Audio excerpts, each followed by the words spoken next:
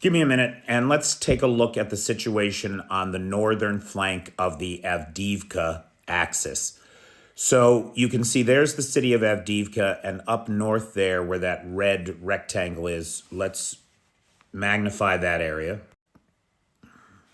And in last night's live, someone had mentioned, I understand that the Russians have crossed the railroad tracks.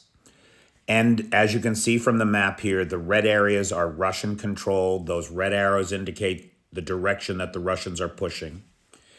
And indeed, they had crossed the railroad tracks, right? After a 30-hour firefight, right where that little red X is, a couple of Ukrainian soldiers had run out of ammunition and they surrendered. And the video of their summary execution has been authenticated by multiple sources at this juncture. And so we know or have a high degree of confidence that that is what happened right there.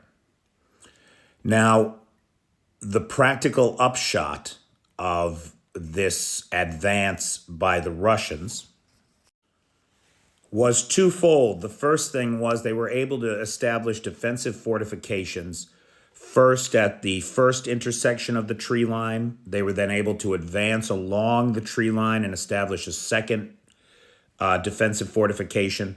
And then where the tree lines intersect there, the third defensive fortification. That was the first result of this advance. The second result was to enrage the Ukrainians with the war crimes that they had committed that were caught on film.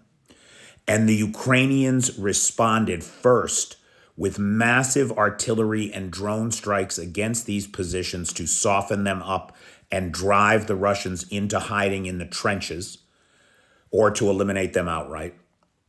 And then the Bradley ISVs came in.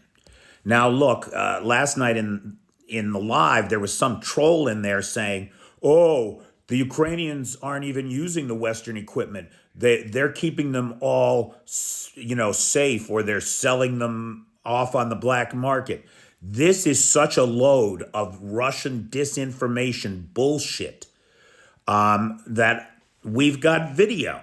We've got video of the Ukrainians driving up to that first position, dropping everybody off, the infantry out of the Bradleys, and the soldiers dispersing in either direction to take the position from the Russians.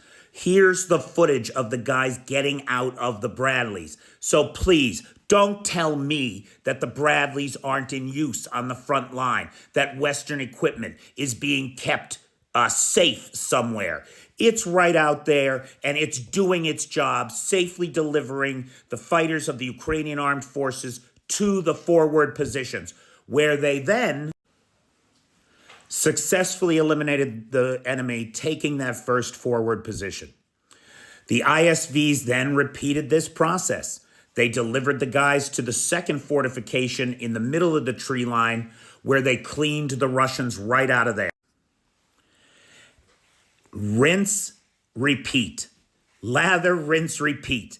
They did the same thing again at the intersection of the tree lines where there's a concrete fortification there that the Russians were hiding behind, and successfully returned the entire salient to Ukrainian control. The reality of this situation is that every member of this company of war criminals that had committed this obscene act were eliminated in a wave of righteous wrath by the Ukrainian armed forces. Now, look, whether or not the Ukrainians can hold this territory is anybody's guess. Because simply put, as you can see, it's a wasteland. There's nowhere to hide here.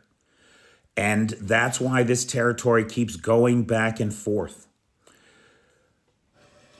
One of the considerations, though, that the Russians should think about is just what the dock looks like in the processing facility in Rostov-on-Don.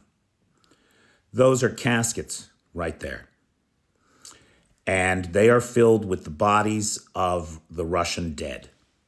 There are so many of them that the processing facility can't handle them, and they are piling them up outside. This is the world of hurt that the Russians have brought upon themselves. Make no mistake, it is not going well for Russia.